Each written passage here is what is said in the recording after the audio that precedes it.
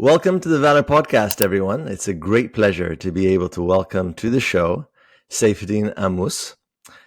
He is someone that many of you are no stranger to. He's been in the Bitcoin space for a very, very long time. His voice and his perspectives are sought across the world. He's a best-selling author. He's a lecturer. He's an economist. So I'm very excited to get into this conversation with him and just to hear about his thoughts about where we've come from, where we're going, and really just to try to unpack some of the basic concepts of economics and how Bitcoin fits into that. And so to start off with, Saif, very welcome. Thank you so much for having me, Farzam.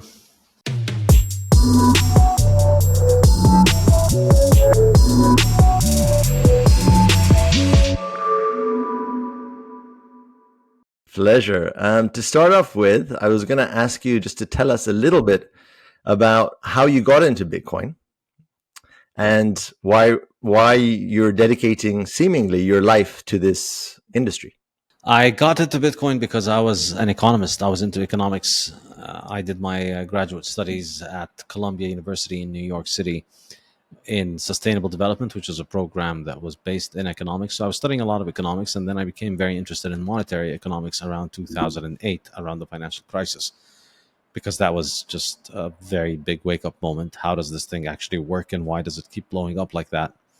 So started looking into it in depth around that time, and came across what is called the Austrian School of Economics, who have a very different perspective on economics than most other economists you've come across. And one of the most important distinctions they have is that they have completely different ideas on money. They believe money is a creature of the market and not a creature of the state. And that distinguishes them from all other schools of economics, as far as I can tell, because all the others believe that it is just inevitable that the state is going to be the one that is managing the money.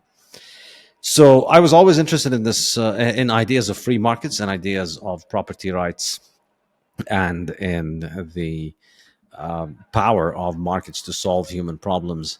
And when I started seeing the Austrian perspective on money, it really captivated me, because I thought it was a very powerful argument to understand that central banks are not the solution to the problem of money. They are the problem of money. Money would be solved if central banks weren't centrally managing it. So this was my background and perspective before Bitcoin came along. And then when I first heard about Bitcoin, initially I dismissed it, because I thought there is no way that this thing is going to be the solution for the money problem. It's software. The government can shut it down. The government will be able to corrupt it and change the way that they operate it. There's no way the government is going to let something like that operate. And so I dismissed it for quite a while and wasn't really paying attention to it, because I had this very, very common mistake, which many people make when it comes to Bitcoin, which is believing that they know enough to dismiss Bitcoin and therefore not have to actually study what Bitcoin is and understand how Bitcoin works. And that, I think, was a very stupid and very expensive mistake. When was that? Eventually, when was that you heard about it? I honestly don't even remember when I first heard about it. And because I just heard about it several times, didn't really pay attention to it. So I don't even remember when the first time that I heard about it was. But I had heard about it. I know for sure that I had heard about it in 2011. So I don't know if I heard about it earlier than that. But I'd heard about it in 2011 and continued to just not take it seriously for about 3 years or so until really the peak of the bull market in 2013. That's when I started really paying attention to it, because first of all, just the price continuing to rise was a massive proved to me that my analysis was massively wrong, because I had heard about it since it was under $1, and I thought, this is silly, it's going to crash. I heard about it when it went over $1, and I thought, well, that's a lot. Obviously, it's going to crash. Then it went over $10, and I thought, well, that's clearly a lot. And then it goes over 100, and then you start thinking, whoa. And then it goes over 1,000, and then you start thinking, okay, maybe I'm wrong. Maybe I don't have this one right. So you start thinking about it more critically, and you start paying more and more attention. And still at that point, it was still very early, and there weren't a lot of resources that could explain Bitcoin to you. And I'm not a programmer, so it wasn't very easy for me to get into the technical resources and understand them. But around that time is when I started to really pay attention and start to think about what is this thing and how does it actually work and try and understand it better. Awesome. That's fantastic. I think that this aspect of humility is something that catches all of us. I thought Bitcoin was a scam when I heard about it. And I called one of my friends up and said, why are you in this industry? And he said, I didn't think you don't understand too much. So let me explain a couple of things. So um, you're obviously right now speaking to a lot of the kind of influential figures in the world. I believe you're also an advisor to the president of El Salvador. Um, and I wanted to ask you, when you go into a room with people that are kind of leading economists, leading political figures, etc., a lot of them, to your point, have a particular view of the world, and a lot of them have dismissed Bitcoin or the cryptocurrency space in general, this new asset class. What is your approach to people? Is it very, tailored, or do you have a kind of a process where you try to share your view of how you got? Is it what you just talked about? What does that look like? I'm going to question the premise of your question. I don't get invited to a lot of rooms with a lot of important people and economists. El Salvador is an exception because they're on the Bitcoin standard, and I do work with their Bitcoin office, and I haven't spoken to the president and advised him on a few things. But he's pretty exceptional as a president in many ways, and listening to people like me is just one of the many ways in which he is exceptional.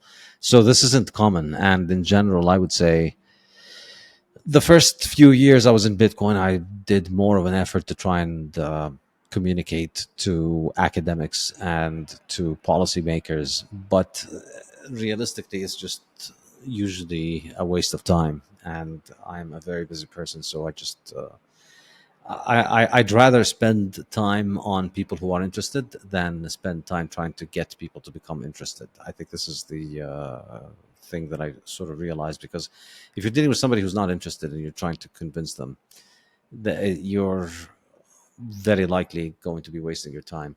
So I don't get invited to many of these rooms that you mentioned.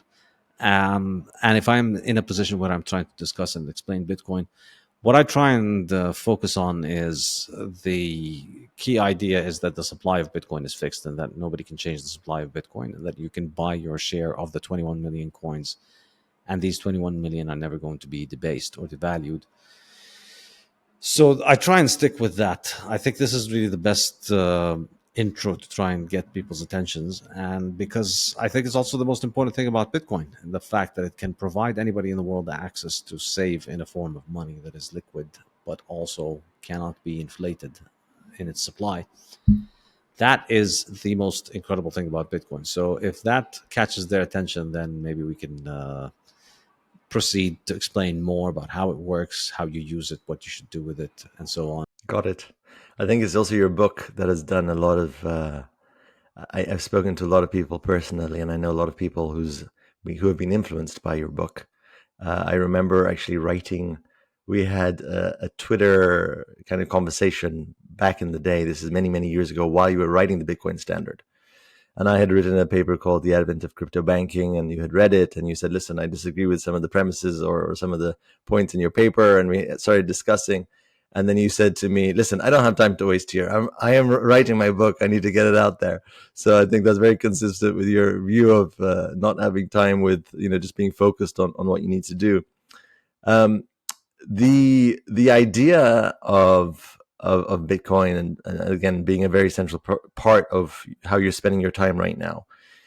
If you had to question yourself now and say, okay, well, maybe you're now wrong about the future of Bitcoin, are there any scenarios where, all this work and the price of Bitcoin going up and the promise of Bitcoin for humanity and the Bitcoin standard, are there any things that need to come to pass for you to kind of revert your opinion on Bitcoin and to say, actually, it wasn't what I thought it was?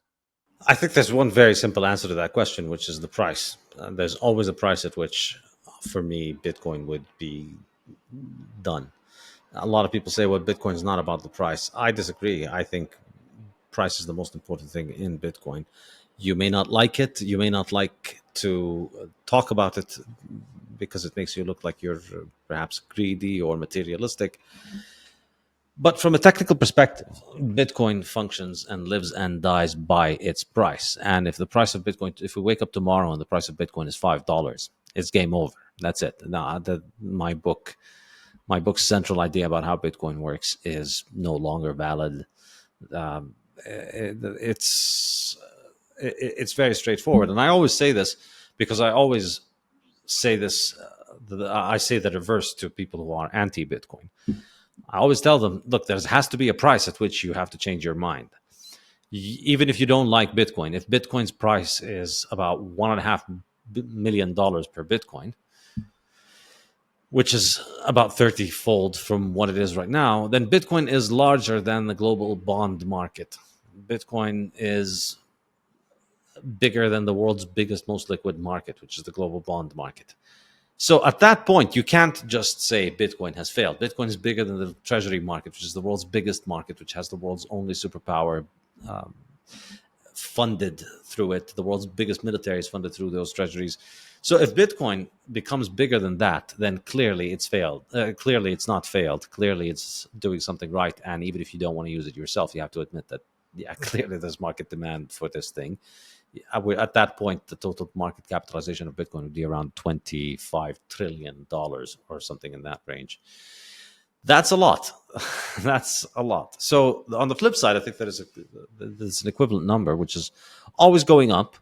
I would put it now at around, let's say, $8,000, $9,000, something like that. I think if the price of Bitcoin drops below $8,000 and spends a couple of weeks there over the next few weeks, I would have to seriously revise my thesis on Bitcoin. I would say, yep, this is clearly something different from what I thought, and this is something that I've always had this price at a certain point, and I don't really have a very meticulous formula for how to calculate it.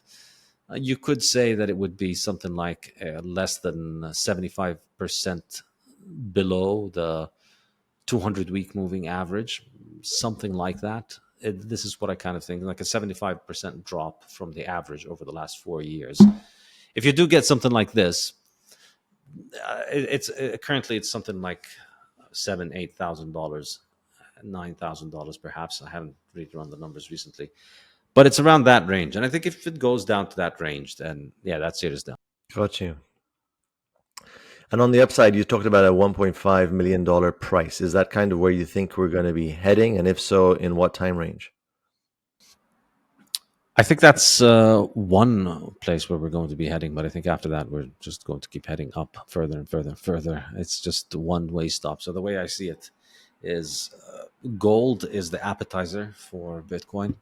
Bitcoin's going to overtake gold's monetary premium, which is something in the range of about $10 trillion at this point, which is about 8 times bigger than Bitcoin, 7 times bigger than Bitcoin currently.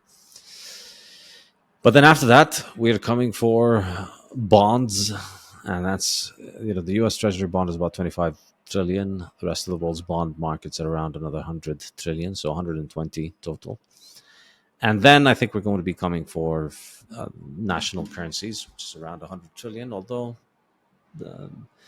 it's difficult to tell precisely because these are instruments backed by the dollar. So overall, you could say that the fiat dollar treasury complex internationally, plus government bonds internationally, all of that stuff, probably around $200 trillion. And then for dessert, we'll have all the monetary premium that goes into things like real estate and art, which people purchase not because they want the home or the art, but they purchase it just because they want to try and protect their wealth from devaluation. So that, I think, eventually will also come into Bitcoin. So overall, I'd say there's a $200-300 trillion market, total addressable market for Bitcoin in terms of current purchasing power. I think by the time we get there, the purchasing power is of the dollar is probably going to decline. So the number is going to be higher. Now, in terms of time frame, I don't know. I think 20 years is a reasonable time frame. I think if we had, say, 30% per year growth in the value of the Bitcoin market capitalization over the value of the fiat market capitalization, then we'd have something in the range of 20 years to get there. So 20 years to get to about 1.5 million, and then, or beyond. Are you talking about Beyond. beyond? So 20 years to get to about $10 million. I don't know. I don't know. Like, I mean, with these things, you can't really guess and you can't really make projections because one small little difference in your rate of projection results in very big Sure. differences in 20, 30 years from now. But that's the kind of general ballpark time frame I have. I don't think Bitcoin is going to become the world's money in a week or a month or a year. Okay. So a couple of I decades. think 5 years is pushing it. So, yeah, so Okay. 10 years at least, I'd say. So when you look at the M2 money supply of the dollar, I haven't checked the latest number. I think it was the last time I checked about 22 trillion US dollars, right? So that's the reserve currency of the world, about 22 trillion. So a lot of people have this narrative, what you just talked about, to say, we're going to take on the US dollar, and then the kind of the value of bonds and the value of real estate, et cetera, is going to go into Bitcoin. But obviously, the US dollar is the current reserve asset of the world, and the bond market is much larger than that. The stock market is much larger in the hundreds of trillions.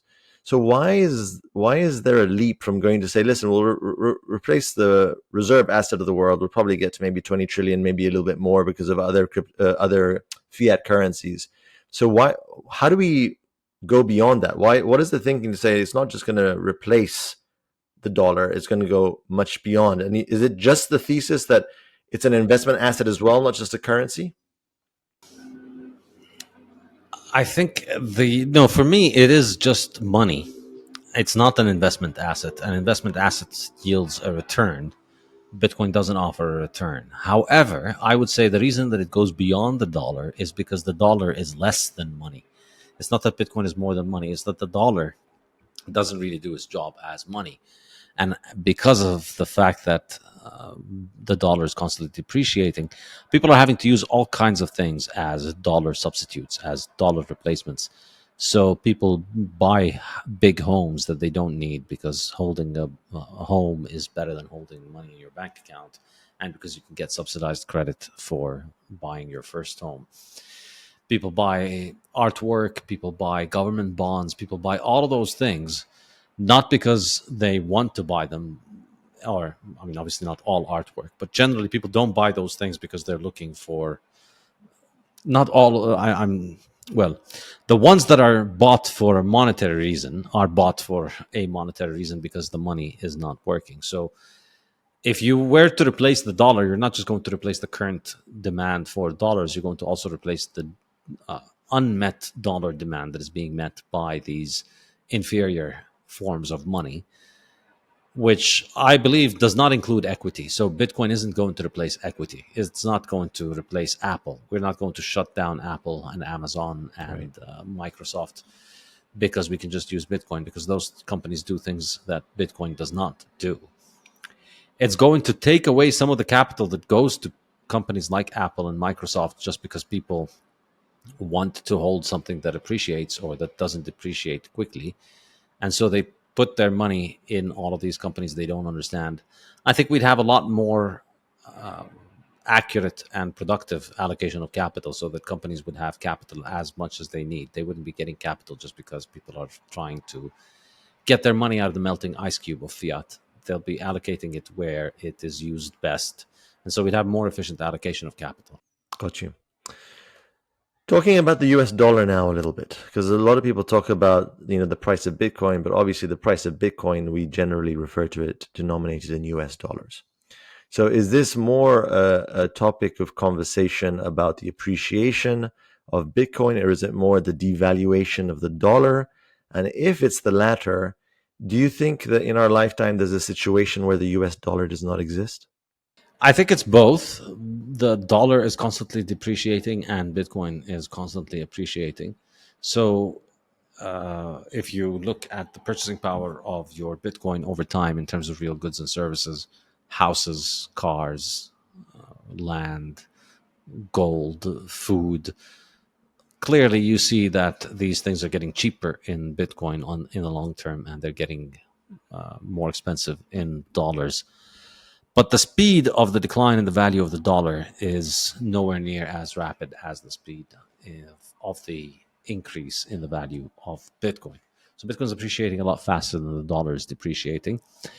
But these are not perfectly linear processes. They're oscillating. We have periods of fast appreciation for Bitcoin, periods of depreciation.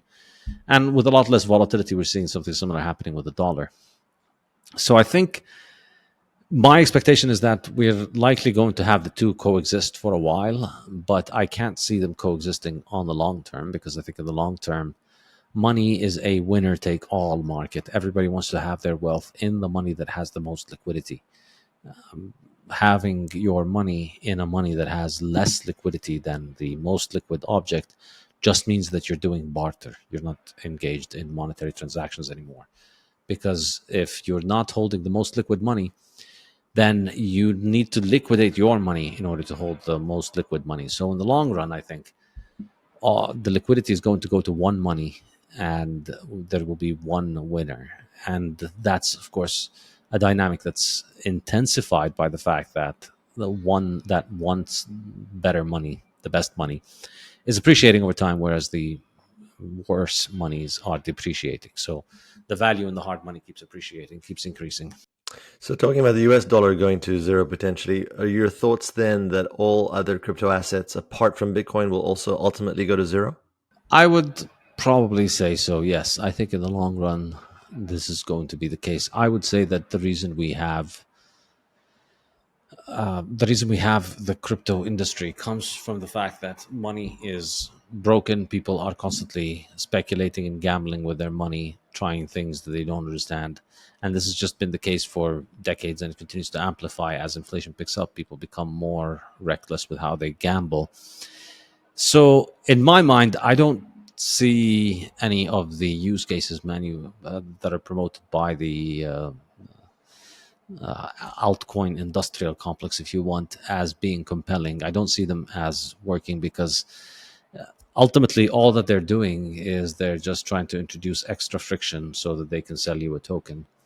And I don't think that would exist in the free market. In a free market, everybody wants to use the most liquid money. So if you have a restaurant, you don't tell people, no, you need to buy my currency first to buy my food. In the places where they do something like this, it serves a function, like casino chips or Chuck E. Cheese tokens. You're not actually buying it's a token that's pegged to the dollar. So you buy the casino chip that has $10 on it, or $100 or $1,000, and it's redeemable for $1,000. You're not buying a free floating asset. Same thing with Chuck E. Cheese. And if you were to introduce it, if McDonald's were to say you can't buy our burgers unless you first buy the McDonald's bucks first, and the McDonald's bucks is constantly fluctuating, so you buy it today and then you try and buy a burger next month, and it turns out that you can buy half a burger rather than a burger, people are just not going to put up with that. That's going to really make the process of going to McDonald's a lot more complicated. Everybody's just going to go to Burger King and not have to worry about it. So you want to use the most liquid money. And I have not been convinced of any use case that offers anything more than just, we are going to use money. So to me, it seems that it's really a way of producing a monetary asset, having some demand for the monetary asset, because people are going to speculate on it being the next Bitcoin, and then trying to use that extra demand for the monetary asset, essentially to pump the pre-mine for the owners. I mean, this has been done extensively over the last 10 years. I expect it's going to continue to be done. But the market, in a free, competitive markets without barriers to entry, competition drives down the price of things all the way down to their cost of production. And so the cost of producing a new altcoin is practically zero. And that's why we see so many now. It's in the hundreds of thousands, maybe in the millions of altcoins that are out there. And we're just going to continue to see more and more and more. And they're all going to drown each other out in a giant web of noise, because they're all practically indistinguishable from one another, in that they're centralized, pretending to be decentralized, that their supply can be messed with, that they're relying on hype cycle, they have a marketing team behind them, they have a centralized team that runs the coin. So putting all of that together, I don't see these things surviving very long. Well, maybe they will survive long, but I think in a world in which we don't have the fiat money printer, and we go back to a hard money, then people are able to, first of all, save their money in the future so that they don't need to be taking reckless risks. And that's going to massively undercut the market for these things. And then they can see very clearly how, in the long run, this stuff becomes less and less and less profitable. And so I think I wouldn't expect it to survive long. Got you. When you look at the history of Bitcoin and you look at the different hard forks, there's been a lot of debate about the use of Bitcoin itself as a payment mechanism rather than just a store of value. And a lot of the critics will say, you're generally waiting 6 confirmations on the Bitcoin blockchain for you to receive your money, and that can't be possibly be the future. So if you do see Bitcoin as the ultimate asset, I assume that means it's also going to be a means of exchange.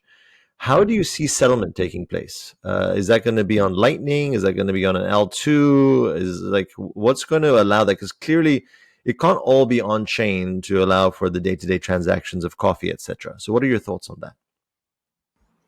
Yeah, clearly it's not going to be on chain, and that's one of the main ideas in the Bitcoin standard, which at that time was a lot more controversial than it is now. A lot of people still had the idea that everybody's going to get to do their trustless transaction on chain for every coffee that they drink.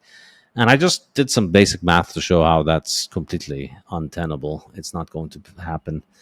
But that doesn't mean that Bitcoin is unsuccessful. I think we are still able to have a much more decentralized and much more robust monetary system built around Bitcoin than we can have it around government money, because government money ultimately boils down to one central bank, which is effectively one sovereign node on the network that decides who gets to use the network and decides the monetary supply and decides how much you can use and how much you can spend. In Bitcoin, on the other hand, even with the limitations of scaling, what we could end up with, even if we assume the worst case scenario, even if we assume things like Lightning don't work, if we assume all these improvements to scalability in Bitcoin don't work, and we're just stuck with 1 or 2 megabyte blocks every 10 minutes, and that's or let's say 4 megabytes or whatever, well, just one for the worst case scenario, and I use that numbers on 1 megabyte in the book. In that situation, we'd still have enough daily transactions to have something like 1,000 central banks around the world able to clear payment with one another once a day. So you'd still have final settlement between 1,000 central banks. And people think, well, who cares? It's just 1,000 central banks. Only the rich will use them. And that's not true. It's not like it's going to be the million richest people in the world using those 1,000 banks. It's going to be all the banks in the world using these 1,000 banks as a central bank. And again, we're talking here worst case scenario in terms of scaling. Worst case scenario, we still are left with, say, 1,000 central banks rather than one central bank. And all of these 1,000 central banks cannot dictate the monetary policy. And all of these 1,000 central banks are unable to censor anybody from entering or exiting the network. So if you want to take your money from your current bank to another bank, nobody can stop you. So that on its own is an enormous improvement. Even assuming that everything is built on completely trust-based second and third layers, I think that's going to be a lot more robust than the current system, because the current system relies entirely on trust, even at the base layer. At the base layer, you only got one node that is able to settle transactions and able to decide monetary policy. So even in this worst case scenario, Bitcoin is still infinitely better than fiat in terms of its ability to settle transactions. But realistically, and since I wrote the Bitcoin standard, scaling continues to improve. And I think the Lightning Network is an excellent addition. I use it myself on my website when I sell my books and courses. People pay me in Lightning, and it's a lot less headaches and a lot less fees than dealing with credit cards. So it's already working, and I think it's going to continue to become more and more popular. And it has an enormous amount of potential for scaling. That the way that I see it is that because of Lightning, we'd likely end up with a world where not 1,000 central banks, but something like maybe 100,000 central banks, maybe 1 million central banks that each have a few lightning channels open with one another, a few big central banks that have channels open with a lot of peers. Well, not a few, when I say maybe thousands of major central banks that have a lot of channels, and then hundreds of thousands of smaller banks that have access, that have lightning channels with a couple of other banks. So a kind of hub and spoke model. But at the base layer, you've got only Bitcoin nodes that cannot control the money supply. This is how I think it would work. And in this kind of world, you can see a world in which banks would just have something like, say, 10,000 customers, and that's it. That's what a bank is. A bank is just basic financial services for 10,000 people. It's not expensive. It's not time consuming.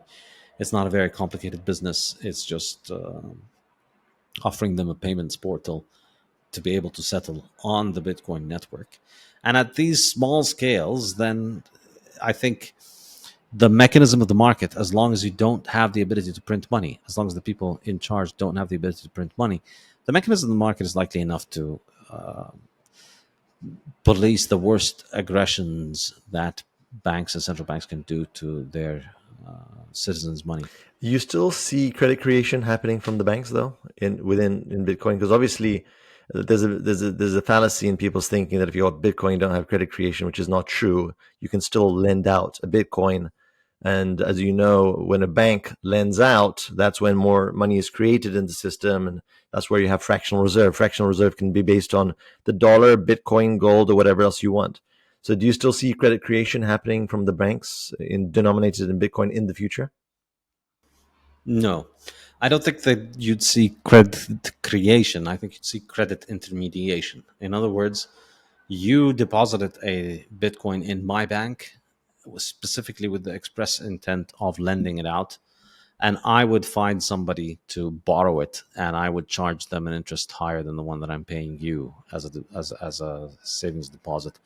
But it would be, I think, in the case of Bitcoin, this is going to be fully maturity matched and fully backed. In other words, you give me a Bitcoin to lend, that means you can't have that Bitcoin. It's not going to be on demand. It's not a demand deposit. It's a saving deposit that you gave to me so that I would lend. And you signed a paper saying you're not going to ask for that money in less than a year or 2 years or 5 years. And I signed a paper saying I'm not going to give you that money before that. And then I go and lend it to somebody who's going to keep that money with him for a year and pay me back in a year. So this is how I would see credit to work. And that does not involve money creation. This is the distinction here between Bitcoin and fiat. And this is the topic of my second book, The Fiat Standard. So in the fiat system, as you said, money is created when banks can create new money. But the only reason they can create that money is because they have a guarantee from the central bank that allows them to create that money, that bails them out when it goes bad.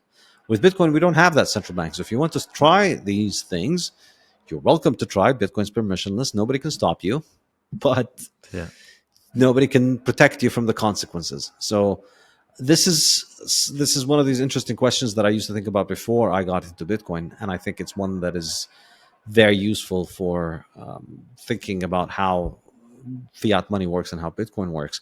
It's to try and imagine whether the creation of money for the sake of credit is something that would happen on the market freely on its own. And the mainstream economics view is that it would happen freely on its own anyway, and so you need the central bank in order to regulate it and make sure that it doesn't go badly. My view, which is more of an Austrian view, is that it only happens if the central bank is there to, well, not true, it can happen otherwise. But if it does happen otherwise, then it fails. And then if the central bank doesn't rescue people who do this, then people stop doing this, and then it just doesn't happen.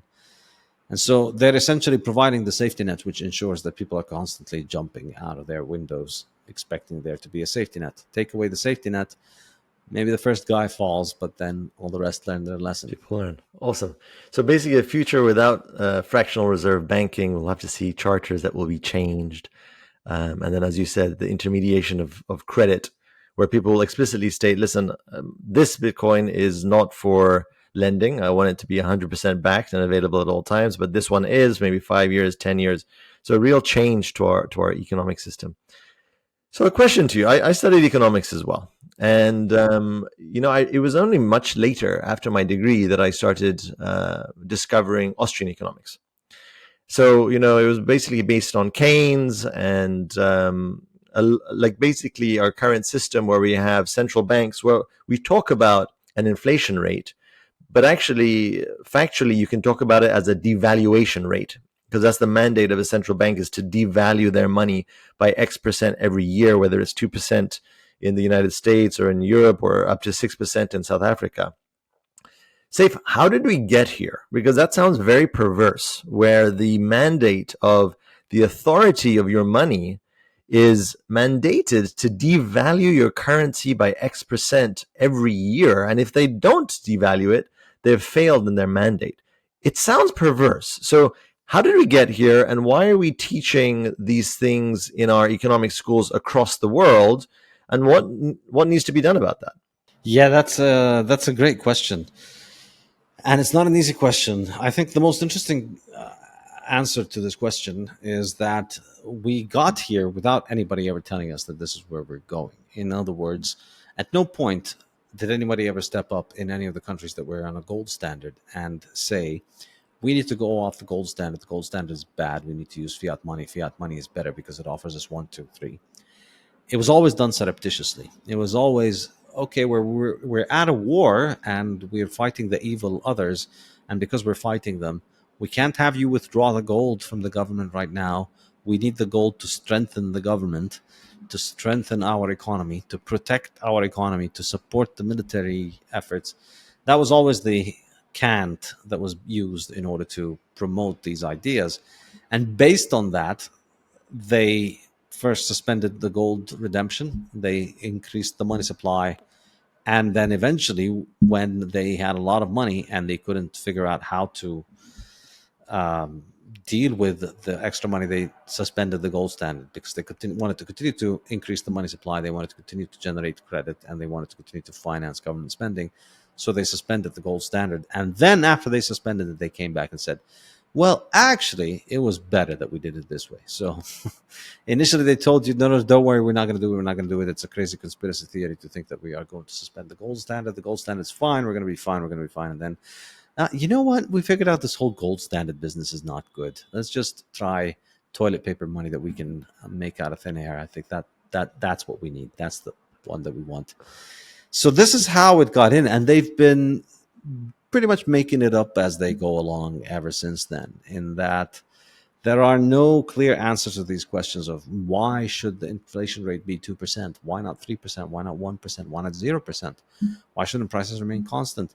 And they're always coming up with stories about this. Well, no, if we did this, then bad thing would happen. So we can't have inflation be too high, because then people will be upset because their savings are being devalued, and it makes calculations difficult, and it resets business and creates problems. And we can't have inflation being too low, because apparently, and this is serious, apparently if the people seriously believe this, if the value of money did not decline, then people would have no incentive to spend their money. They will just keep accumulating their money, which is, of course, ridiculous, because people don't spend money just to get rid of their money. They spend money because they value other things more than the money. So it makes no difference to me if the amount of money in my pocket today will buy me 10% more food. If I waited a year, I will starve. I need the money now, and I value the food today more than I value the money today in my pocket. And it doesn't matter if if I could wait on that same plate of food for a year, it's going to be rotten and it's going to be for free. And if I wait for a year, the money will appreciate. So this is clearly a bad deal, so I should wait for a year. No, that's not how it works. I need the food now. And so people don't spend because they are trying to find ways around their money losing value. They spend because we need to consume to survive. We need food. We need a roof over our head. We have so many needs that make our life so much better.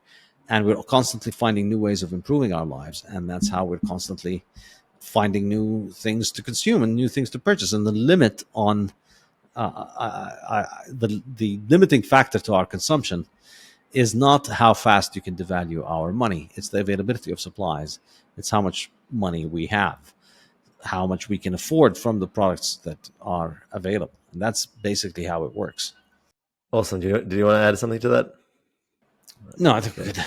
Um, so, moving from the past to the future, um, I think we both agree that there is a fundamental change to our economic system, our financial system that must come about. I think there's a lot of injustice in the world right now.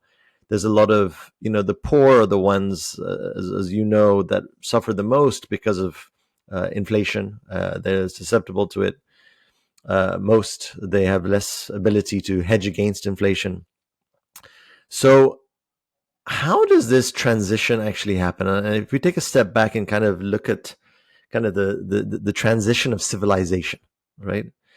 The only way that I have been able to think about this is to say, either we put our heads together, look at the facts, put our kind of vested interests aside, and see what's best for humanity, and we head in that direction, which I think is too much of a rosy picture for what is possible, or we head into some serious financial crises, political crises, world crises that really puts into question the nation state, the dollar, our entire economic system. How does this transition happen in your view? I think the way that I think of it is that technology is upstream from the cultural and social aspects. In other words, I think it's the limitations and the capabilities of our technological tools that shape the way that we interact with one another. And in my books, I discuss at length the impact of the hardness of money on society. So I talk about how under the gold standard, people's savings rates was high, people were more future oriented, interest rates would constantly decline, capital would constantly grow, and productivity would increase. And then in the fiat standard, we saw an opposite trend because the money is constantly being devalued. People save less. People are less secure in the future. They're less able to provide for their future. So their time preference rises. They discount the future more heavily, and they behave more. They behave with more concern for the present than the future. And this, I think, is reflected in many kinds of ways, in which I discuss in depth in the fiat standard. You can see it in architecture. Back in the 19th century, buildings were built to last, and they because people cared about building things that would last for a very long time. And in the 20th century, we see buildings are built to be replaced in a couple of decades. So I think it's a far-reaching thing, and I think if we are able to get back to a world in which people have access to a hard money, then I think we would benefit enormously. But you haven't said so much about how that transition will actually come about. As far as you've talked about technology and stuff, but I mean, is this going to be a smooth transition? Do you see crisis as an inevitable necessity to move us there, to wake up humanity and society? Do you have any thoughts on that specifically? No, I don't think a crisis is important. And again, in the fiat standard, I discussed this in depth. The last chapter of the fiat standard discusses all these different kind of scenarios for how Bitcoin could rise. I think it's very common for people to think in terms of, yeah, Bitcoin is going to rise because the dollar is going to collapse. And I'm somebody who's been hearing people saying that the dollar is going to collapse for at least the last 17 years now. And it's still around. So I think it behooves us to consider the possibility that the dollar is not going to go away tomorrow. And I think if you think of the world in that sense, okay, the dollar is not going away, so what's going to happen? I think over time you're going to see that Bitcoin doesn't need the dollar to die in order for Bitcoin to thrive. Bitcoin is independent, well, not entirely independent, but Bitcoin just continues to work regardless of what happens to the dollar. So even if the dollar continues to function relatively well, or if it deteriorates over time, the supply of the dollar is going to go up compared to the supply of Bitcoin drastically. The dollar goes up at 7, 8, 9% per year. Bitcoin is currently 0.8% per year, so about a tenth of the growth rate, and then it's just going to go down by half every 4 years for Bitcoin. So that's just going to necessarily mean that the value stored in Bitcoin appreciates and increases, whereas the value stored in dollar declines. And over time, I think that's just going to be the thing that drives it. and I don't think we need major crises or we need any kind of problems. We didn't need to have a global collapse of typewriters in order for computers to overtake typewriters. Right. The sooner you got into computers, the better off you were. The more the better your productivity increased, and the earlier you were able to adjust to the computer world. But typewriters still work today. If you have a typewriter, it can still work, and it doesn't have to fail. So I think this is a better model for thinking about how things unfold. I like that. Saif, we're heading towards the end here. I wanted to ask if there is a question that I haven't asked or others haven't asked that they should have asked, and what your response to that question would be on any topic, whether it's your personal life, Bitcoin, the future, the past. I do a lot of interviews, so I can't think of anything that I haven't been asked that I would want somebody to ask me. I'm drawing a blank. I'm sorry, man. That's good. That's very good. Well, Saif, it's a great pleasure to have had you on the show.